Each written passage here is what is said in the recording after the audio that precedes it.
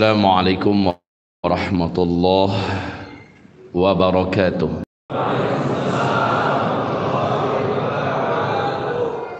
Innal hamdalillah wasyukrullah la haula wala quwata illa billah. Rabbi shrah li sadri wa yassir li amri wahlul 'uqdatam min lisani yafqahu qawli. Allahumma arinal haqqa haqqan warzuqna tiba'ah wa arinal batila batilan warzuqna jitinabah. Allahumma la sahla illa ma ja'altahu sahla wa anta taj'alul hazana idza syi'ta sahla. Rabbi shrah li sadri wa yassir li amri wahlul 'uqdatam min lisani yafqahu qawli.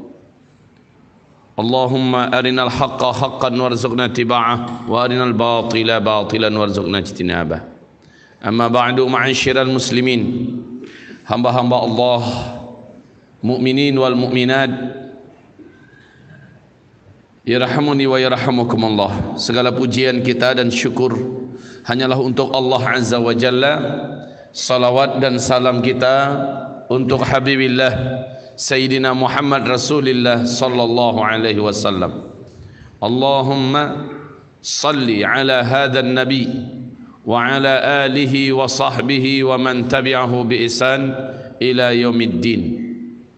Ibadallah yang kami muliakan, Allah Subhanahu wa taala di dalam surat Al-Insyirah berfirman, a'udzubillahi minasyaitonir rajim, fa inna ma'al usri yusra, inna ma'al usri yusra. Maka sesungguhnya setiap kali kesulitan datang, melilit, mencekam, membungkus, menekan, menimpa kamu, sesungguhnya kemudahan pasti setelah itu akan datang. Sesungguhnya ketika kesulitan menghimpit, mencekam, melilit kamu, maka sesungguhnya kemudahan setelah itu pasti akan datang. Dua kali Allah menyebutkan kesulitan, dan setiap Allah menyebutkan kesulitan, di belakangnya Allah pastikan kemudahan. Maka dua kali pula Rasulullah mengatakan kebangkitan Islam ini bangkit, naiknya selama 700 tahun. Sebelum Islam naik selama 700 tahun, diawali dengan Rasulullah SAW. Sebelumnya para ahli tauhid, orang-orang beriman, mengalami ujian yang sangat berlapis-lapis dan bertubi-tubi. Lalu lahirlah Nabi Muhammad. Kemudian di umur 40 tahun Allah angkat beliau sebagai Nabi dan Rasul. Mulai kenaikan. Jadi kesulitan dulu, sulit, naik. Dengan diutusnya Nabi Muhammad, naik. Dan Nabi berkata Islam itu naiknya selama 700 tahun. Kemudian Islam turun lagi, sulit lagi, 700 tahun lagi. Setelah itu kata Rasulullah, 700 naik, 700 turun, jadi berapa? 1400. Yang dimaksud Nabi jelas adalah hitungan Hijriah. Sekarang sudah 1441 Hijriah. Maknanya dari setelah sulit, para ahli tauhid dan beriman, orang-orang muslim, karena agama yang turun dari langit itu hanya satu saja, Islam. Kemudian naik lagi, dimulai dengan Nabi Muhammad SAW, naik lagi 700 tahun sampai kepada Muhammad Al-Fatih menaklukkan Konstantinopel. Kemudian Islam kembali turun. 700 naik, 700 turun, 1400. Artinya sejak 1400 tahun, sejak 41 tahun yang lalu, Islam sebenarnya sedang bergerak menuju naik lagi. Ini kabar gembira tentunya. Dan perlulah saudaraku ingat, naiknya Islam ini ke depan diawali dengan babak belur dulu umat ini. Kita sekarang berada di fase keempat. Dari 5 fase, kita sudah sampai di penghujung fase keempat. Dan fase yang kita hidup saat ini adalah fase ujian terberat. Sangat banyak umat Nabi Muhammad yang imannya tanggung-tanggung, amalannya minim, dosanya banyak, syahwatnya besar, berteman dengan ahli dosa, ahli maksiat. Orang-orang macam ini akhirnya tak mampu menahan, tak mampu bertahan, tak mampu bersabar dalam ujian Allah, dia pun menjadi murtad dan kafir. Saudara-saudaraku yang kami muliakan, pada fase keempat ini Nabi mengatakan umatku terbelah menjadi dua. Fustatu iman la nifaqa fi. Satu kelompok mereka menjadi orang yang beriman sebenar-benarnya kuat imannya, la nifaqa fi. Tak mungkin mereka akan menjadi munafik lagi. Sementara kelompok yang lain fustatu nifaq la imana fi. Kelompok yang penuh kemunafikan, tidak mungkin lagi ada keimanan pada kelompok itu. Jadi pada masa itu kata Nabi, jika umatku telah jelas-jelas yang mana beriman beriman, yang mana munafik munafik, muncullah Dajjal pada saat itu. Jadi Nabi mengatakan puncak daripada keadaan ini adalah Dajjal hadir ke tengah-tengah kita semua. Saudara-saudariku, hamba-hamba Allah yang kami muliakan,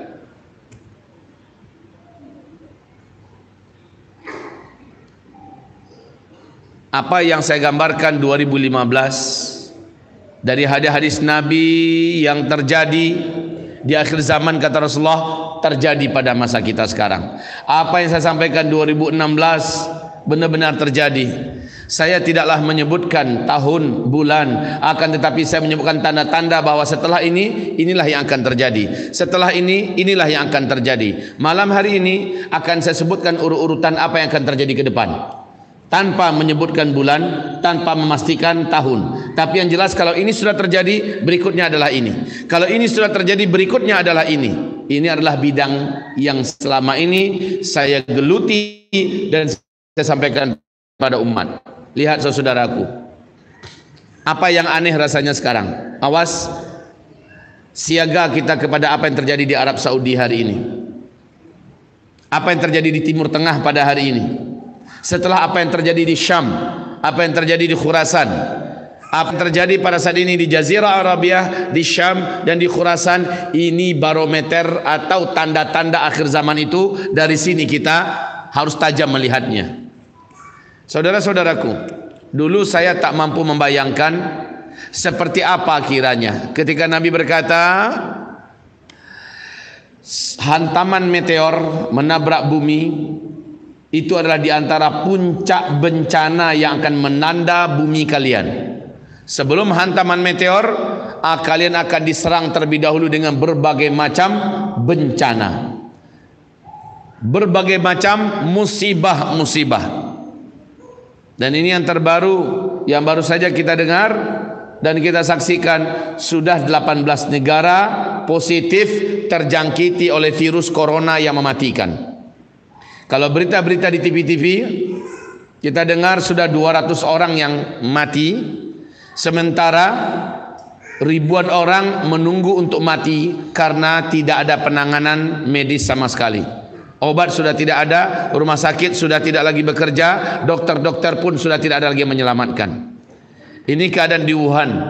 Sementara 18 negara sudah siaga, ya, sudah siaga. WHO sudah mengumumkan darurat virus corona. Dunia harus siaga. Ini bentuk daripada apa yang digambarkan Rasulullah SAW di akhir zaman. Salah satu bencana kecil. Saya katakan ini bencana kecil, padahal ini sudah menakutkan, menegangkan. Saudara-saudaraku, hamba-hamba Allah yang kami muliakan, dari mana kami dapat memastikan ini bahwa urut-urutan dari kejadian? Nabi berkata begini, idza fasada ahlu Syam fala khaira fikum. Kalau penduduk negeri Syam sudah rusak, penduduknya dibantai, mereka diusir, rumah-rumahnya dihancurkan, masjid-masjidnya diratakan dengan tanah, Al-Quran diinjak-injak di negeri Syam. Syam di mana? Palestina, Suria, Lebanon, Yordania. Idza fasada ahlu Syam fala khaira fikum.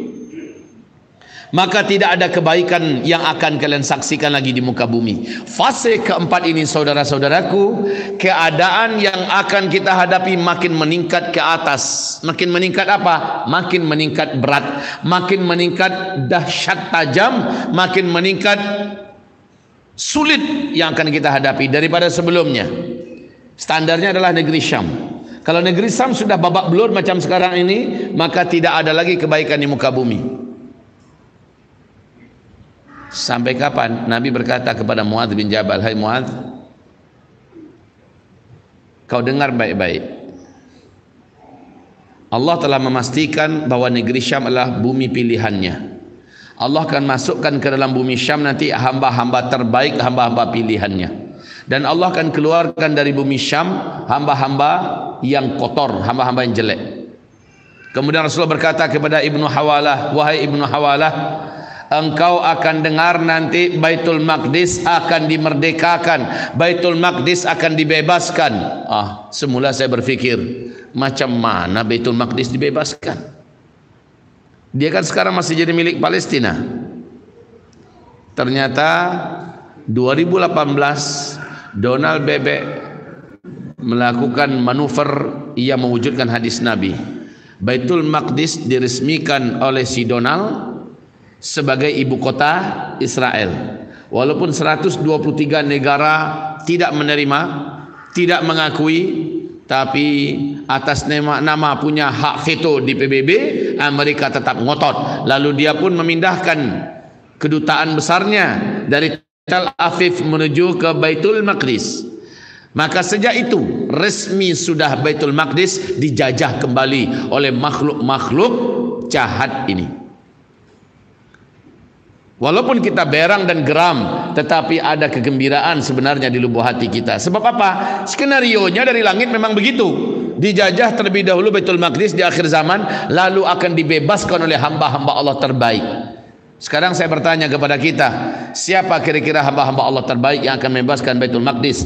Hamba-hamba Allah terbaik itu disebutkan oleh Allah di dalam Al-Quran surat Al-Isra, bahwa bangsa Yahudi ini akan membuat kerusakan di muka bumi 2 kali, dan ini adalah kali kedua.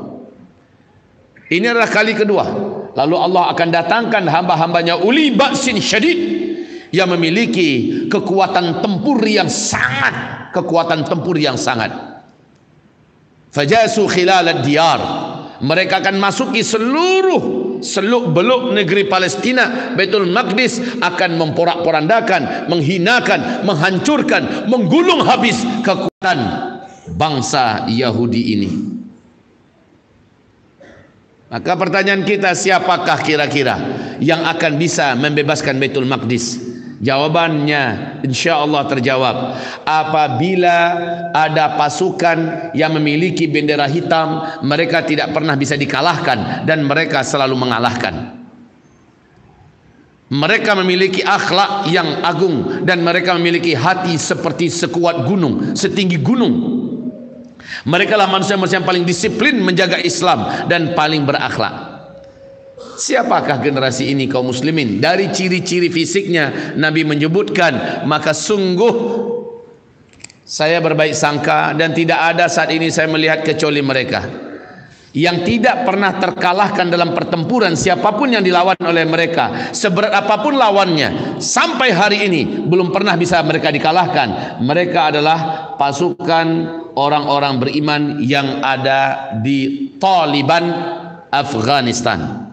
Emirat Islamiyah Taliban Afghanistan adalah pasukan yang memiliki akhlak yang agung, ibadah yang ketat dan kuat, daya tempur yang tidak pernah mengendur, dan mereka tidak bisa dikalahkan. Dulu mereka dilawan oleh beruang merah, penguasa dunia sebelah timur, tumbang beruang merah, hancur berkeping-keping, lalu dikeroyok rame-rame oleh Amerika Serikat, membawa sekutu-sekutunya seluruhnya, keok seluruh sekutu-sekutunya, keok seluruhnya, sampai Amerika pada akhirnya di 2019 angkat bendera putih. Dalam keadaan malu dan hina, Amerika hengkang dari Afghanistan. Bonekanya pun sudah tidak lagi berkutik dan dengan resmi Emirat Islamiyah Taliban mengumumkan eksistensinya dan mulai mendatangi negara-negara di muka bumi. Tidak ada yang berani melawan mereka. Saat ini teruji 2 negara superpower muka bumi telah ditaklukkannya.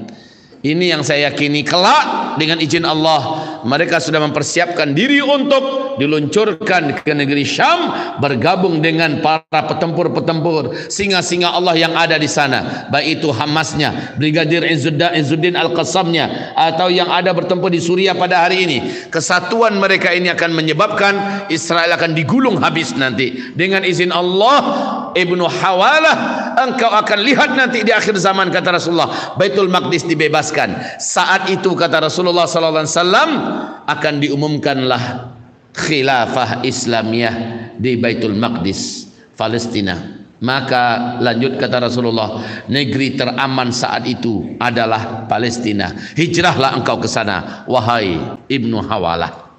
Hijrahlah engkau ke sana. Saat itu nanti satu-satunya negara teraman di muka bumi adalah Palestina, kata Rasulullah. Negara yang paling tenang, paling kuat saat itu adalah Palestina. Dan saat itu Umranu Maqdis kharabu Yathrib. Saat Baitul Maqdis sudah mulai tenang, kuat, makmur, Yathrib dalam keadaan kharab, hancur, berantakan, berdarah-darah, chaos. Yathrib itu di mana? Madinah Al-Munawwarah. Madinah yang begitu tenang, hancur lebur, berdarah-darah, chaos, ribut. Bagaimana dengan Mekah yang jauh lebih amburadul lagi daripada Madinah? Kalau Mekah, Madinah, negeri yang paling aman itu saja sudah begitu, bisa bayangkan tidak bagaimana dengan Arab seluruhnya? Berdarah-darah, Pak. Bagaimana kita bayangkan seluruh dunia? Dunia akan penuh dengan peperangan di mana-mana, ditambah dengan kondisi bencana-bencana alam yang mengerikan.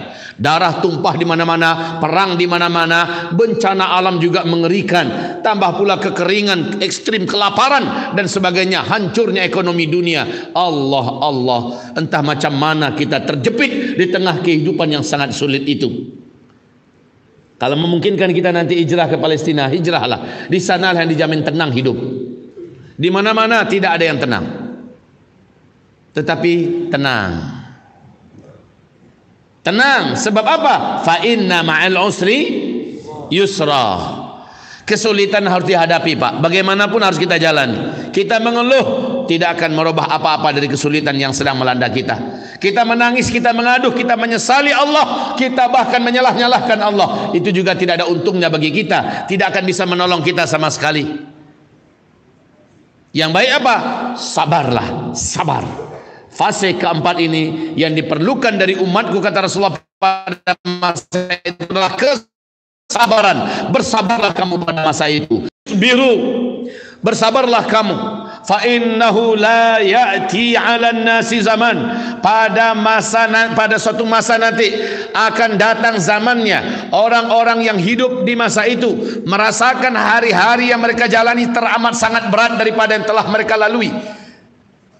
La ya'ti 'alan nasi zaman illa alladhi ba'dahu syarrun minhu. Hari yang besok mereka akan hadapi lebih berat dari yang sedang mereka jalani. Pada masa itu, kata Rasulullah, senjataku cuma satu. Isbiru, bersabarlah kamu. Ternyata sabar itu ada pasangannya dalam surah Al-Baqarah. Wasta'inu bis sabri wassalah.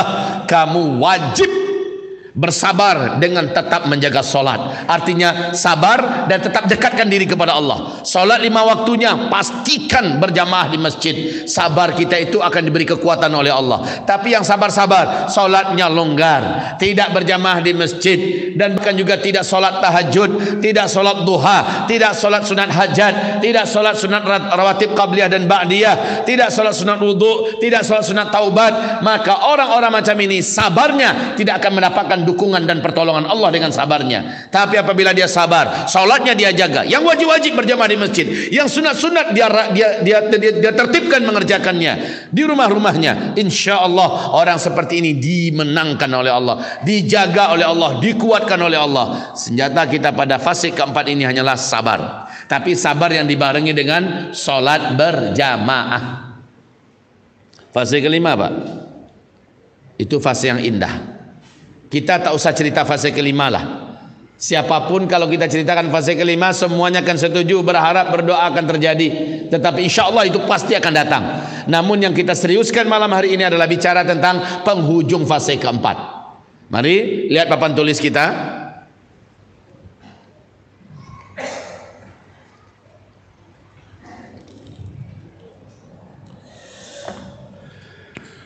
Lima fase. Dimulai dari start. Fase pertama ini telah berlalu. Kita dipimpin oleh Nabi Muhammad SAW pada fase pertama. Fase kedua telah selesai, dipimpin oleh para sahabat-sahabat Nabi dengan sistem khilafah ala minhajin nubuwah. Fase ketiga, ini yang paling lama, 1227 tahun. Inilah fase Islam dipimpin oleh para khalifah menggunakan sistem kerajaan. Fase ketiga telah berakhir juga dengan runtuhnya khilafah Islamiyah al-Utsmaniyah di Turki. Sekarang kita berada pada fase yang terberat.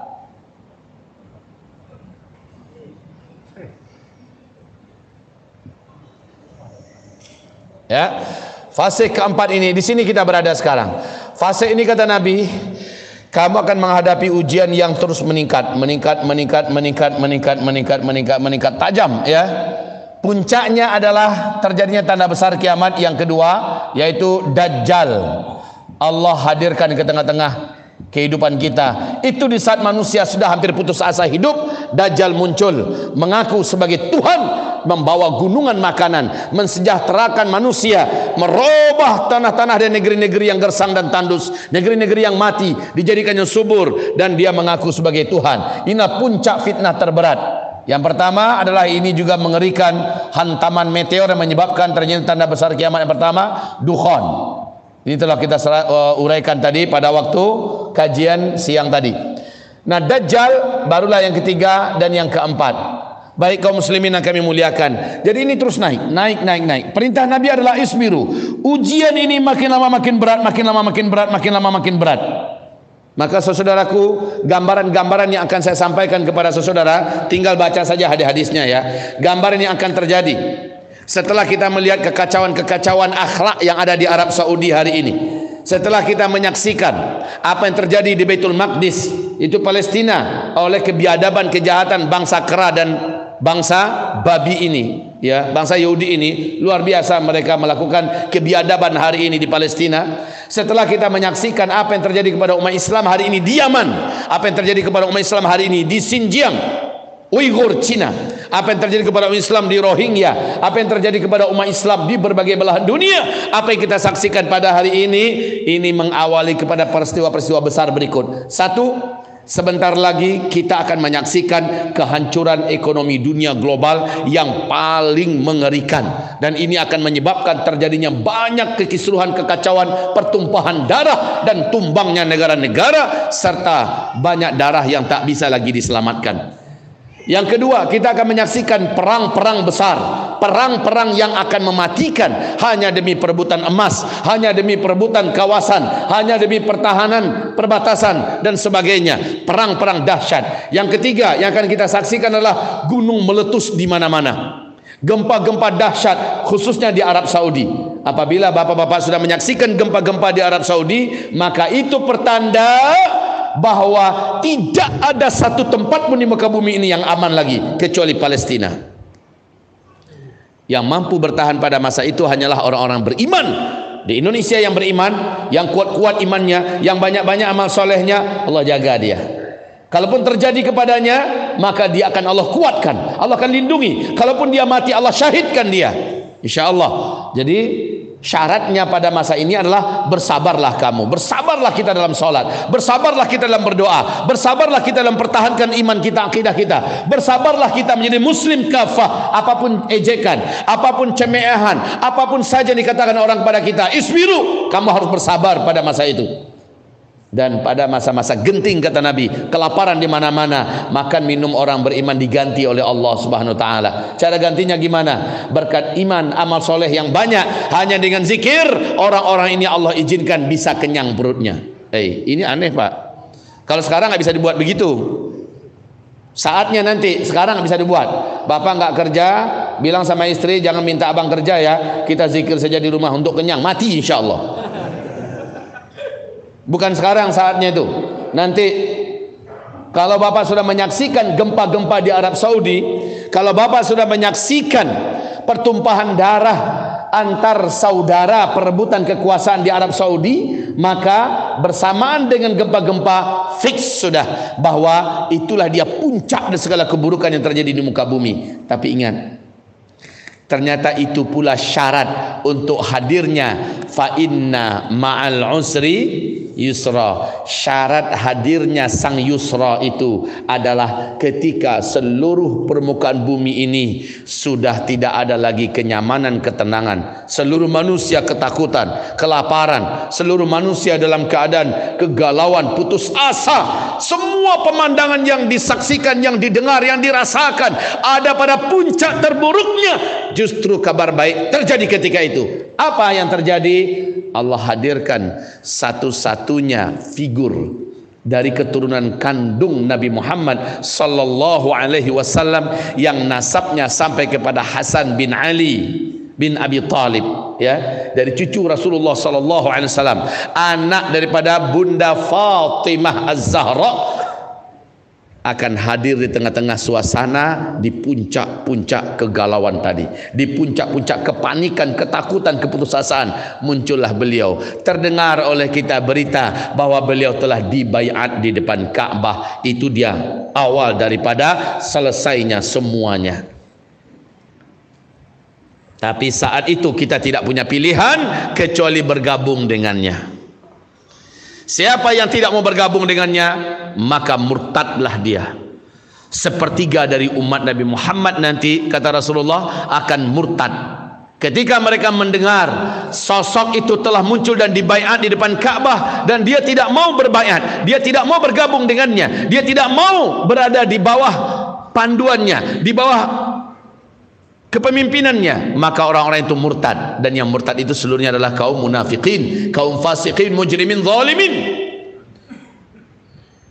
Yang lain insyaallah taala. Saudara-saudaraku yang kami muliakan, apakah benar sosok ini yang menyebut yusra itu? Jawabannya iya. Kalau bahasa orang Padang, beliau menjadi figur sitawasi dingin. Ada orang Padang sini ngerti nih bahasa sitawasi dingin itu apa? Menjadi penawar dalam hari-hari fitnah, menjadi penyejuk bumi ini ketika bumi dalam keadaan puncak bencana. Beliaulah yang nanti akan memadamkan semua fitnah itu. Baik fitnah yang ditimbulkan oleh manusia dalam bentuk perang demi perang, pembantaian demi pembantaian, beliaulah yang memadamkan semua peperangan yang ada. Tapi bila memadamkannya juga dengan perang, hanya saja perang yang bermartabat, perang yang mempunyai wibawa, perang yang memiliki rambu-rambu yang sangat tinggi sesuai dengan syariat Islam. Beliaulah yang akan mengantarkan semua kehidupan yang dalam keadaan hitam menuju terang benderang. Maka kata Rasulullah, yamla'ul arda adlan wa qista.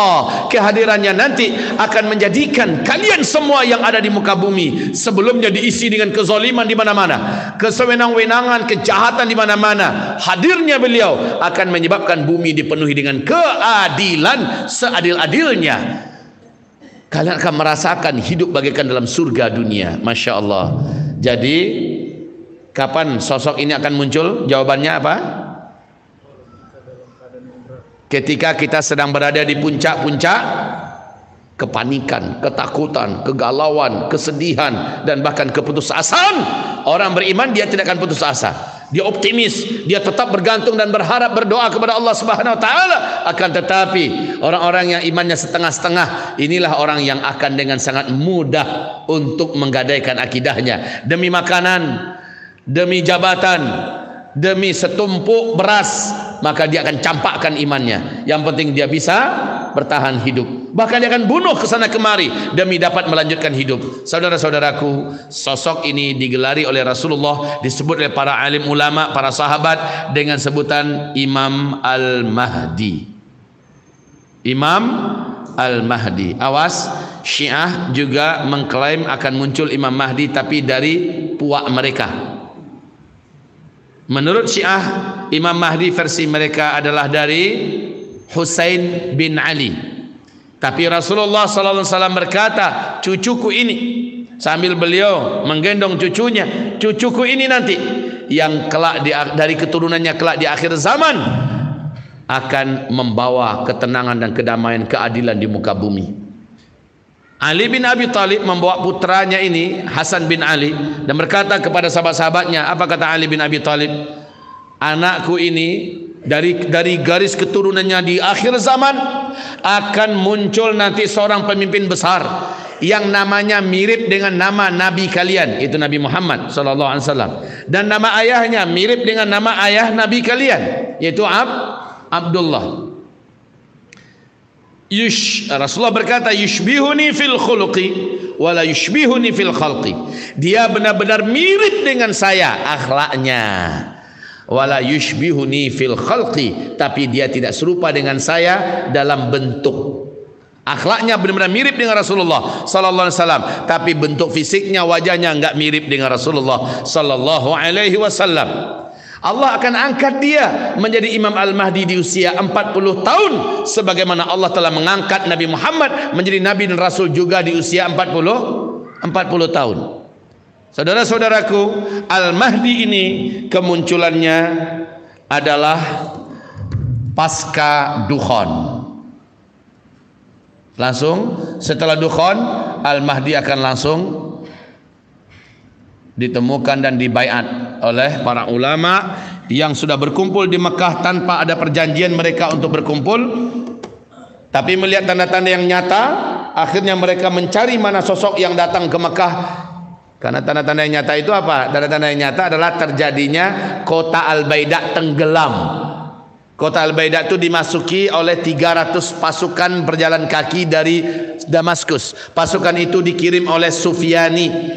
Laki-laki yang dikejar sudah masuk Mekah, yang mengejar masuk Al-Baida. Kota Al-Baida ini perbatasan antara Mekah dengan Madinah. Pasukan yang mengejar itu ingin membunuhnya, karena ciri-ciri bahwa dia sebagai Al-Mahdi itu sudah lengkap. Lalu mereka ingin mencarinya untuk dibunuh. Ternyata yang dicari, yaitu calon Al-Mahdi ini, sudah lari dengan ulama-ulama setia yang bersamanya, lari ke Mekah. Sesampainya mereka di Al-Baida yang mengejar ini, Allah gempakan Al-Baida, terbelahlah Al-Baida, rumah-rumah, gedung-gedung, toko-toko, pasar, orang-orang yang hidup di kota Al-Baida itu, dan pasukan yang mengejar tenggelam masuk ke dalam perut bumi. Cuma satu yang Allah sisakan hidup. Satu itulah yang mengabarkan kepada dunia, kami tenggelam di Al-Baida, kami tenggelam di Al-Baida. Nah, ulama-ulama yang berdatangan dari berbagai penjuru dunia yang tidak ada janji mereka untuk berkumpul di Mekah, mendengar berita yang benar-benar terjadi di Al-Baida, yakinlah mereka laki-laki yang mereka nanti sebagai pemimpin terakhir, yaitu Al-Mahdi, sudah masuk Mekah. Maka para ulama ini pun segera mencari mana laki-laki tersebut, dan ditemukan laki-laki itu sedang tawaf. Diperhatikan baik-baik, fisiknya disesuaikan dengan hadis Nabi. Dari rambutnya, alisnya, hidungnya, bibirnya, warna kulitnya, gimana mau disembunyikan, Pak? Ya, diperhatikan. Lalu akhirnya yakinlah para alim ulama ini, ditangkap dia. Mengakulah bahwa kamulah yang kami tunggu-tunggu. Kamulah yang dikejar-kejarkan, dan pasukan yang mengejar tenggelam di Al-Baida. Kamulah yang akan memimpin kami. Kata Rasulullah, engkaulah yang akan mengeluarkan kami dari kezaliman yang sedang melanda dan menimpa kita umat Nabi Muhammad. Apa kata laki-laki tersebut? Kalian salah orang, carilah yang lain. Kalian tidak betul menangkap orang, bukan saya, carilah yang lain. Hanya kebetulan mirip. Didesak, ditanyakan kepadanya tentang keturunannya, ditanya nasabnya. Karena ini Al-Mahdi akhlaknya adalah akhlak Nabi Muhammad, dia tak pandai berdusta, Pak. Dia jujur, dia sebutkan apa adanya, maka benar, kamulah orangnya. Terjadi perdebatan. Terakhir laki-laki ini berkata, demi Allah, saya tak sanggup, saya tak mengerti apa yang harus saya buat. Izinkan saya satu malam ini bermunajat kepada Allah Subhanahu wa taala. Maka para ulama, para pemuda-pemuda yang soleh dan beriman mengepung Masjidil Haram, ya, mengepung Masjidil Haram, menjaga ketat laki-laki ini supaya jangan lari. Beda dengan yang ngaku-ngaku sebagai Al-Mahdi, akulah Al-Mahdi, akulah Al-Mahdi.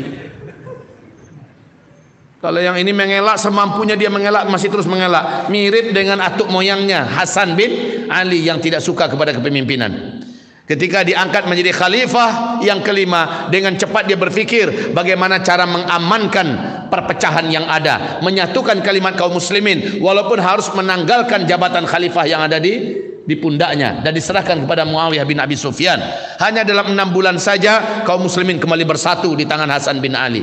Memang beliau tak berminat dengan jabatan, tetapi apa yang dilakukannya, manuver yang dibuatnya menyebabkan kalimat kaum muslimin yang terbelah dan terpecah kembali menjadi satu. Hal yang sama akan dilakukan nanti oleh Al-Mahdi yang memang tidak suka dengan kepemimpinan dan juga nggak ngerti saya mau buat apa.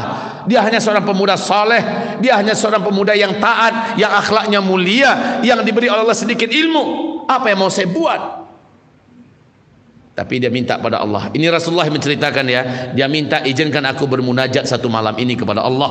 Maka dikawal ketatlah beliau.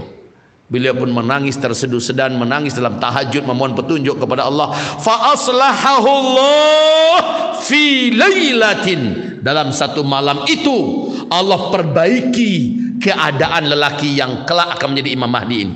Dalam satu malam itu Allah perbaiki. Maksudnya Allah perbaiki apa? Allah upgrade kemampuannya, Allah berikan langsung dalam satu malam itu. Kalau bagi Allah apa yang sulit? Aslaha itu adalah dari nggak ada, dari rusak, nggak punya, Allah masukkan kemampuan itu. Seperti Allah memasukkan kemampuan kepada Nabi Adam. Tanpa belajar Nabi Adam tahu segala-galanya. Begitu juga Imam Mahdi. Fa aslahahu Allahu fi lailah. Dalam satu malam Allah perbaiki langsung lelaki ini. Sehingga bagaimana cara memimpin sudah tahu oleh beliau.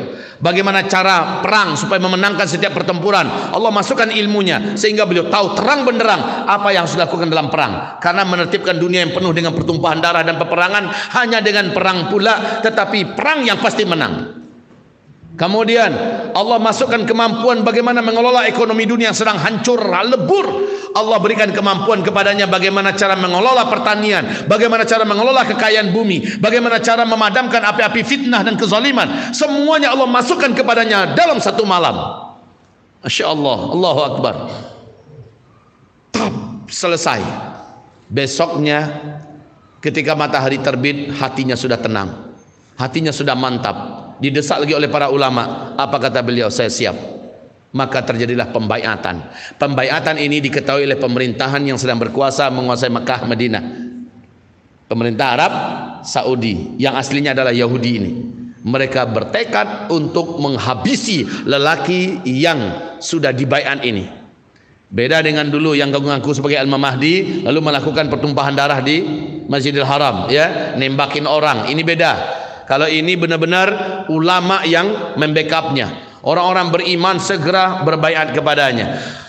Arab Saudi mengerahkan semua kekuatan Bani Kalab sejazirah Arabiah untuk bersatu menghabisi Imam Mahdi dan bala tentaranya yang mumpung masih kecil. Ternyata Masya Allah berdatangan orang-orang beriman, Pak, yang sudah mendengarkan kabar ini, berdatangan dari penjuru negeri setimur tengah, sejazirah Arabiah, berdatangan dari negeri Syam, dari Khurasan, semuanya berdatangan berbaiat dengan cepat dengan Imam Mahdi. Karena perintah Nabi begitu.